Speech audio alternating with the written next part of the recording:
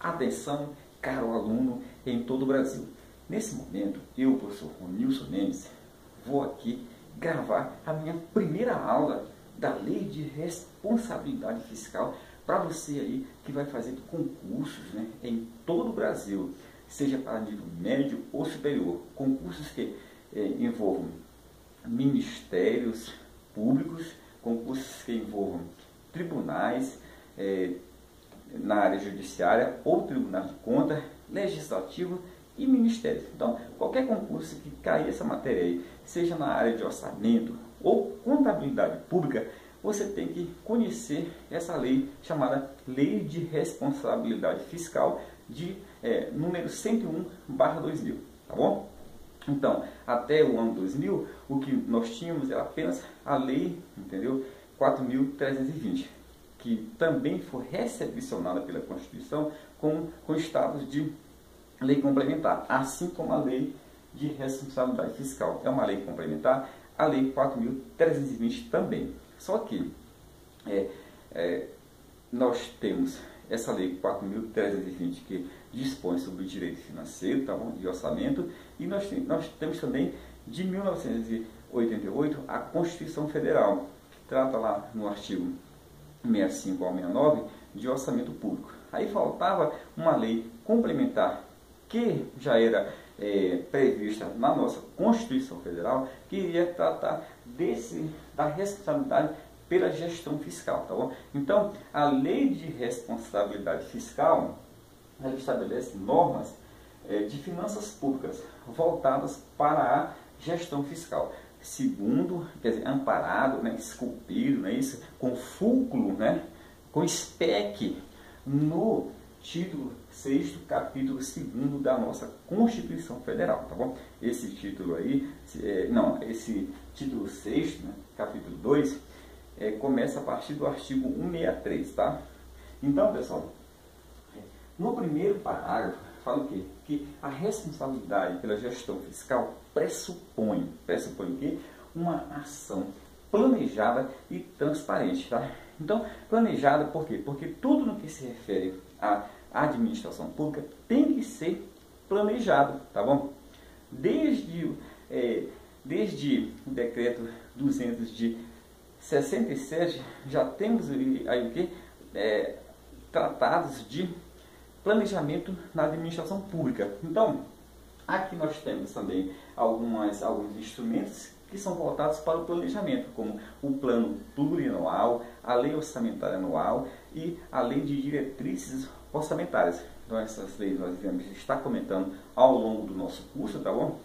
Então, isso aí são instrumentos voltados para esse planejamento, tá? Quando falamos em transparente, quer dizer o quê? Tudo no que se refere a dispêndio de recursos públicos, pessoal, tudo que se refere à arrecadação e dispêndio, tem que ter o quê? Tem que estar demonstrado no portal, né, da transparência. Ou seja, nós temos aí relatórios resumidos de execução orçamentária que tem que ser divulgado. Então, tem vários instrumentos que iremos estar comentando no nosso curso aqui de LRF, que você vai perceber que com esses instrumentos possibilita ao cidadão o controle social, ou seja, ele poderá verificar o que está acontecendo, entendeu? Com os recursos que são arrecadados, onde estão sendo aplicados, tá bom? Então, essa ação, essa transparência também permite, entendeu, o controle interno dos órgãos e o controle externo que são exercidos pelo Poder Legislativo, né, com auxílio dos tribunais de contas. Então, não esqueça desses detalhes aqui. Essa ação planejada e transparente é o que eu falei agora. Então, pessoal, essa responsabilidade da gestão fiscal é uma ação planejada e transparente, não é isso? De modo a prevenir riscos, entendeu? E corrigir desvios, entendeu? Capazes de afetar o equilíbrio das contas públicas. Então, essa ação planejada, ela vai possibilitar essa previsão. Até porque lá no artigo 4º da nossa LRF, nós temos aí o que fala o artigo 4º? Que a lei de diretriz orçamentária, ela deverá, entendeu, conter o anexo de riscos fiscais. Então, nesse anexo de riscos fiscais, nós temos os passivos, ou seja, nós temos a previsão, né, de reserva de contingências para vir a suprir passivos contingentes ou outros riscos que poderão afetar as contas públicas. Por exemplo, um risco de uma enchente, um risco de uma arrecadação não se cumprir por alguma situação econômica mundial, por exemplo. Isso poderá acontecer, tá, pessoal? Então, essa questão toda aí, ela tem que estar no quê? Previsto no anexo de riscos fiscais, tá bom? Que deverá estar contido na LDO, Lei de Diretrizes Orçamentárias, segundo o artigo 4º aí da nossa LRF. Então, prevenir risco e corrigir desvios capazes de afetar o equilíbrio das contas públicas. Então, mediante o que, Luiz? Mediante o cumprimento de metas de resultado das receitas e despesas. Então, nós sabemos que aí, até parece uma redundância, porque quando nós temos aí a figura do orçamento público, que é a LOA, e todos os entes da federação têm que ter essa LOA, tanto faz o município, o estado, ou o Distrito Federal ou a União. O que é a lei orçamentária? A lei orçamentária, ela fixa as despesas e ela prevê as receitas. Então, isso aí já está fixado, entendeu? É um documento onde tem lá a previsão de receitas do ano todo e a fixação das despesas. Mas a LRF veio aqui reforçar com o quê? Com o anexo de metas fiscais, onde tem que ter o quê? Metas anuais, entendeu? De arrecadação, tá? Então, nós iremos estar comentando com maiores detalhes esse anexo de metas fiscais, que também está no artigo 4º da LRF, nas aulas seguintes. Se liga aí. Então, aqui é apenas a introdução. Então, mediante o cumprimento de metas e resultados entre receitas e despesas, e da obediência a limites e condições. Pessoal, mediante o quê? Obediência a limites e condições. Tá? Aí nós temos várias figuras aqui que nós iremos estar tratando com detalhes ao longo do nosso curso. Mas eu vou comentar aqui por alto. Renúncia de receita. Tá? Então, pessoal, tem que ter um limite de renúncia de receita. Um ente público simplesmente não poderá falar assim: eu quero deixar de arrecadar o IPTU. Então, qualquer tipo de renúncia de receita, que pode ser o que através de benefícios ou incentivos fiscais, tem que estar, tem que ter o que? Uma previsão do impacto que irá ocorrer no exercício onde entrará em vigência essa renúncia de receita, como também nos dois exercícios seguintes. Então, nós iremos tratar isso aí com detalhes lá na frente.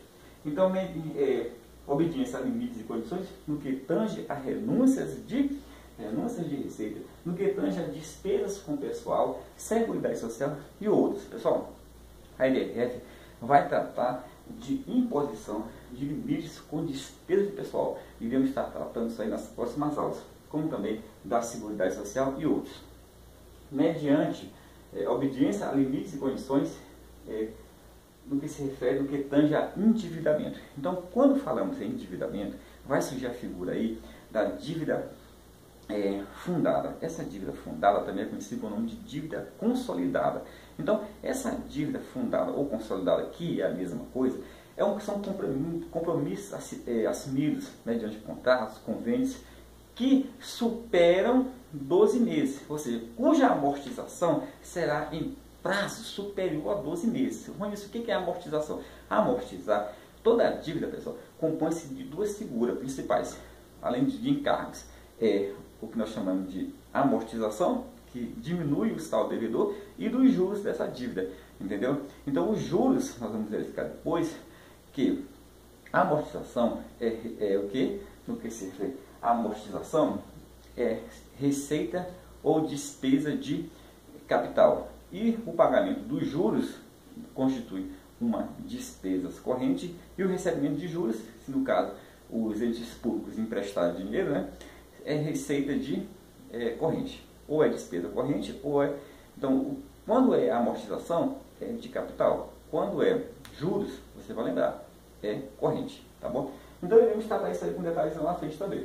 Então, esse endividamento, você não pode esquecer, refere-se à dívida que é chamada de consolidada ou fundada, que são compromissos com, como eu já falei, né, contratos, termos, convênios, que serão amortizados em prazos superiores a 12 meses. E quando eu falo também em endividamento, eu vou lembrar da dívida mobiliária. Então, os entes públicos, inclusive o Banco Central, estados, DF, municípios e a União, emitem títulos mobiliários. Quando eles querem arrecadar dinheiro, então eles saem emitindo esses títulos. Então, a LRF queria impor um limite a essas emissões, porque senão a coisa iria correr solta. Então, pessoal, tá aí.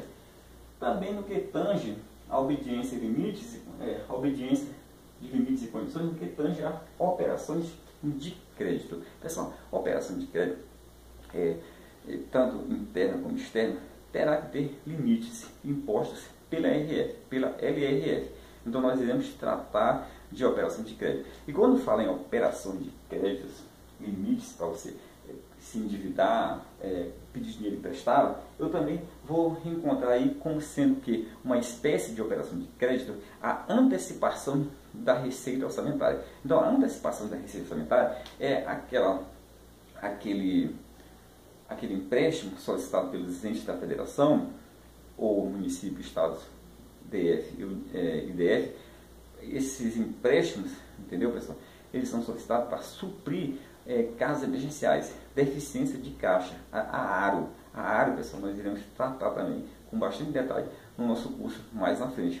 Mas só para você saber que a ARO, que é a antecipação de receita orçamentária, poderá ser, você poderá contrair isso aí a partir do dia 10 de janeiro do exercício financeiro, e terá que ser pago até o dia 10 de dezembro. Então, a ARO é uma espécie, né, de operação de crédito, tá? Que também deverá sofrer o quê? Observância aos limites e condições impostas pela LRF. Garantia. Com isso, o que é garantia?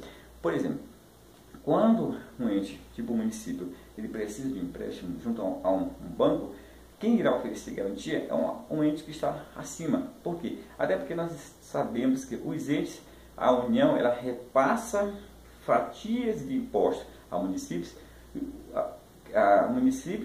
e a estados. O estado repassa fatias de arrecadação de impostos a municípios. Então, quem é que vai garantir o imposto que o município quer contrair? Quer dizer, um empréstimo?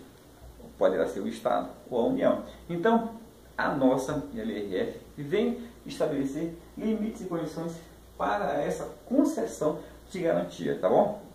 E por último, nós temos aqui a figura dos restos a pagar. Olha só, durante a execução orçamentária das despesas públicas, nós sabemos que a despesas públicas, ela sofre algumas etapas, tá bom? E nós temos o quê? A figura do empenho, da liquidação e do pagamento.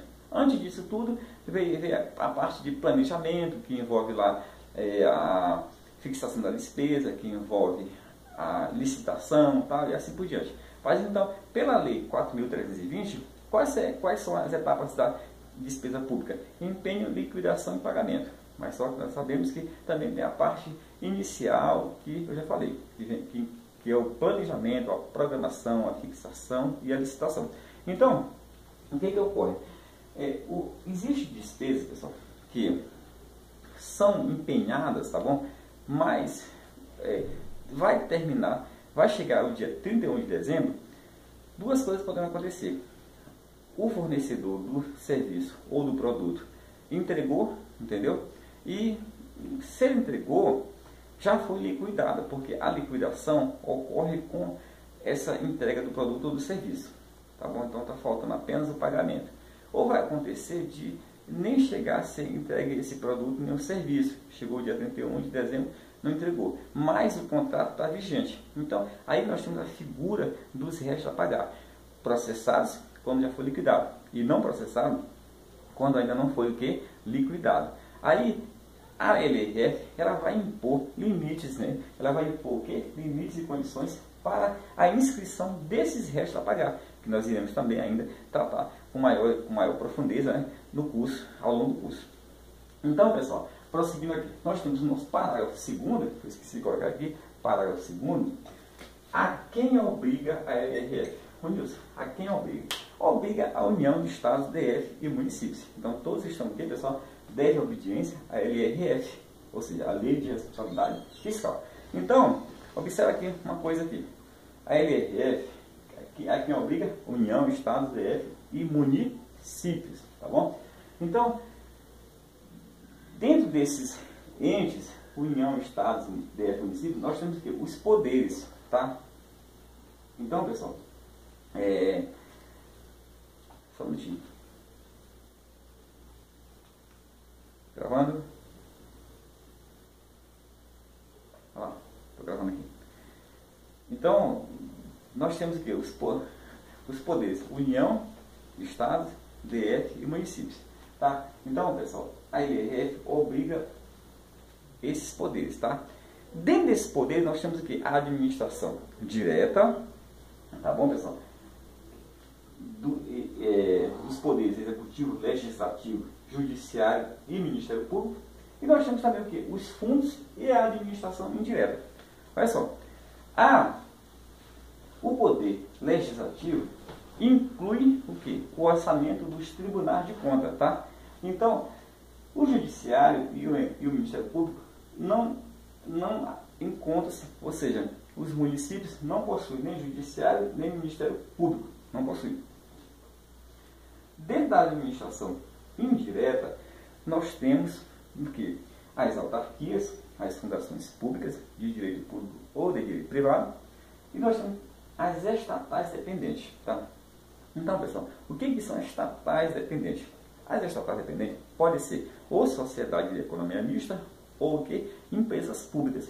Então, elas são dependentes quando elas utilizam do orçamento público, elas utilizam o orçamento público para pagar o quê? Pessoal, custeio em geral e despesa de capital. Então, para ser estatal dependente, ela tem que depender dos recursos do orçamento público. Então, entendeu? Então, e outra coisa também aqui. Então, já vimos que a administração direta, indireta e os fundos. E a administração indireta, já falei, autarquias, fundações e estatais dependentes. Agora aqui, pessoal, nós temos que os tribunais de contas, entendeu? Fatia do orçamento do legislativo vai para os tribunais de contas, tá? Agora, olha só, no Brasil nós temos 34 tribunais de contas, 27 nos entes da Federação e o DF, o Tribunal de Contas da União, 28.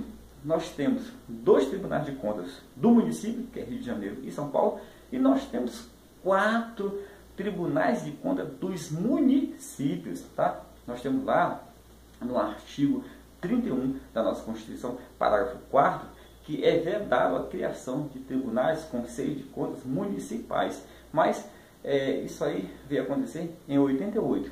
Quando isso aconteceu, já existiam esses tribunais. Tá? No Rio de Janeiro nós temos aqui o Tribunal de Contas do município, quer dizer, da capital, Rio de Janeiro. Nós temos o Tribunal de Contas do município de São Paulo, da capital. Aí nós temos em 4 estados. Quais são eles, Runilson?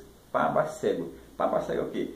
Pará, Bahia, Ceará e Goiás. Esses 4 estados possuem tribunais de contas dos municípios, ou seja, ele só trata das contas de todos os municípios, tá bom? Não mexe com a conta do estado em si, tá? Então, pessoal, valeu aí por você estar assistindo agora, tá bom?